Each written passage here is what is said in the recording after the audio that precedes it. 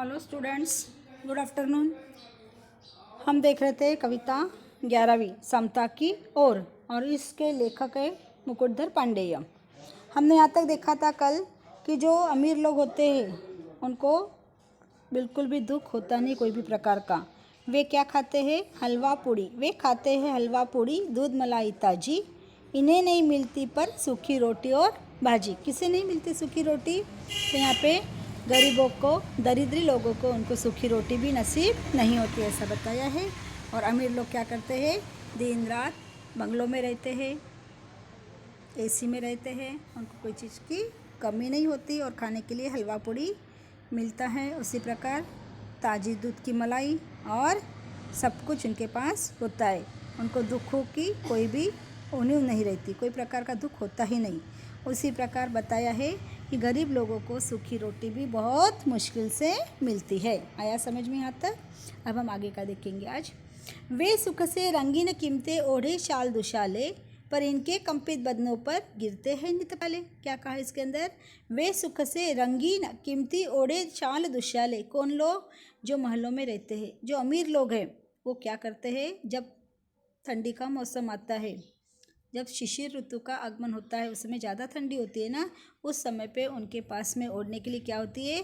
रंगीन कलर की, अलग अलग कलर की उनके पास में शाल होती है। वो शाल भी ऐसी सादी नहीं होती, अच्छी महंगी, बहुत कीमती ऐसी शालें वो ओढ़ते हैं, दुशाले वो ओढ़ते हैं। तो उनको ठंडी का बिल्कुल भी एहसास नहीं होता। कहाँ ठंड गिर रही, कहाँ कुछ हो रहा, उनको कुछ भी पता नहीं चलता।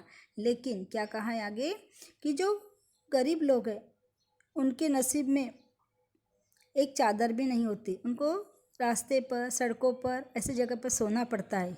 इतना ही नहीं तो जब वो सोते हैं तो उनके आंख पर ओढ़ने के लिए एक चादर भी नसीब नहीं होती। ठंडी से वो कंपित होते रहते हैं, ठंडी से थर थर करते रहते हैं। और जब सोते हैं तो ठंडी से तो कंपित होते ही होते, और ऊपर से उनके ऊपर क्या होता है मालूम है आपको?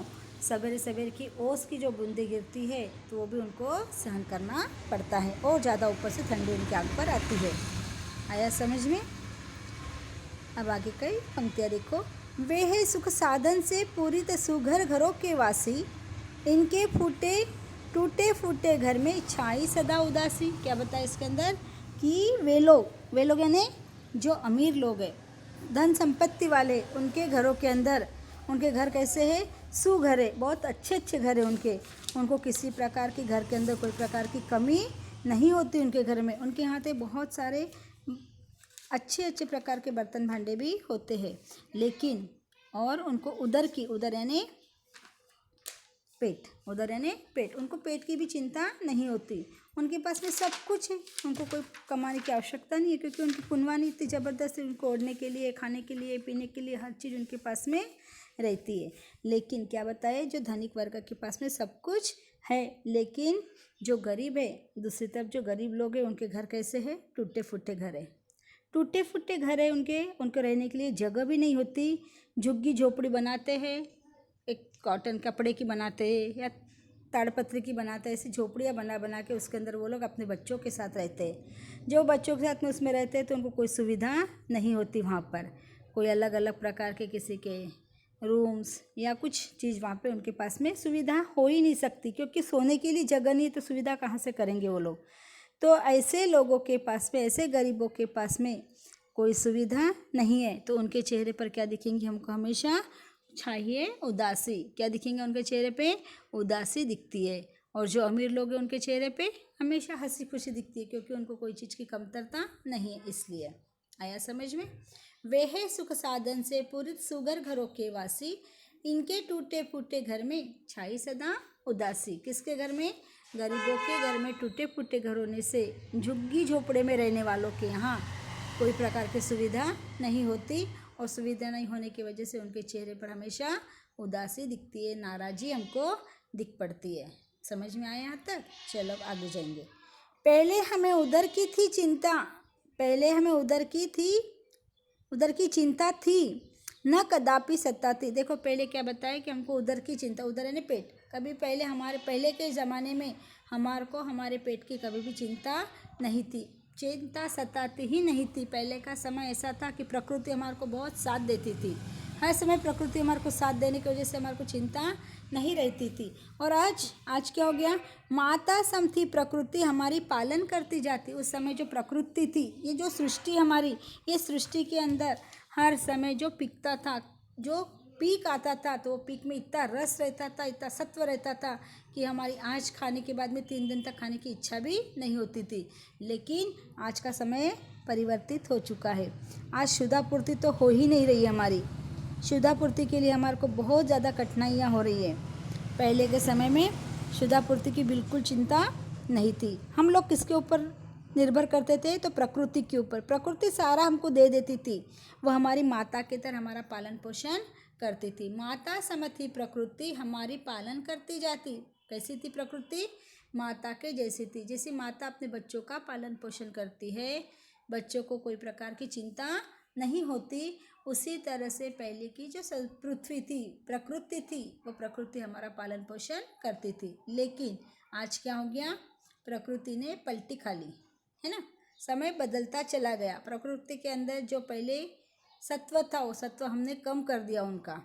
क्यों कम कर दिया, क्योंकि हमने सब पाप का पोषण करना शुरू कर दिया, इसलिए प्रकृति भी हमारा साथ देना छोड़ दिए।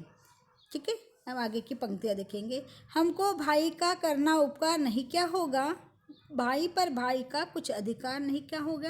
क्या पता है इसको, हमको भाई का करना उपकार नहीं क्या हो गया। इसका मतलब पहले के समय में भाई भाई में, माने मनुष्य मनुष्य में कोई अंतर नहीं था। सब मनुष्य एक भाई के जैसे रहते थे, कोई अंतर नहीं था, सबका आपस में भाईचारा का नाता था। समय परिवर्तित होते गया, अब सगा भाई भी अपना नहीं रहा। पहले हिंदू मुसलमान ख्रीस ईसाई कोई भी समाज उसके अंदर या धर्म किसी के अंदर आता नहीं था। पड़ोसी हो हमारा, हम उसको भाई से भी ज़्यादा प्यार करते थे और वो भी हमारा उतना ही ध्यान रखता था। लेकिन आज का समय परिवर्तित हो गया। आज हमारा सगा भाई है, वो भी हमारे को पूछता नहीं है। इतना प्रकृति के अंदर परिवर्तन आ गया है। फिर से एक बार देखो, भाई हमको भाई का करना उपकार नहीं क्या होगा, भाई पर भाई का कुछ अधिकार नहीं क्या होगा। कवि कह रहा है कि मनुष्य मनुष्य का कोई अंतर नहीं था। पहले मनुष्य का मनुष्य में कोई अंतर नहीं था, सभी का आपस में भाई भाई का नाता था। एक भाई दूसरे भाई पर कुछ न कुछ अधिकार होता था। लेकिन इसलिए क्या बताया है कि भाई पर भाई का अधिकार होता था, इसलिए हमारे मन में एक दूसरे के उपकार करने की भावना होती थी। पहले के परिवार के अंदर बड़ा भाई यदि छोटे भाई को कुछ बोल दे या कुछ कर ले तो भाई वापस जवाब नहीं देता था। लेकिन आज का समय ऐसा आ गया कि भाई को एक शब्द भी बोलने की उजागरी रही नहीं है। भाई बोल नहीं सकता किसी को, अब जो दिख रहा हो चुपचाप से सहन करो। इस समय का एक परिवर्तन आ चुका है। आया समझ में यहाँ तक? तो आज हमने देखी है कविता, यहाँ पर हमारी कविता पूरी हो चुकी है। इसके बाद में हम इस कविता के देखेंगे स्वाध्याय और शब्दार्थ और प्रश्नोत्तर। आया समझ में? तो आप एक काम करना, इस कविता के जो मैंने अर्थ बताए हैं वो अर्थ आपके अपने नोटबुक में आपको लिखना है। ठीक है, ओके।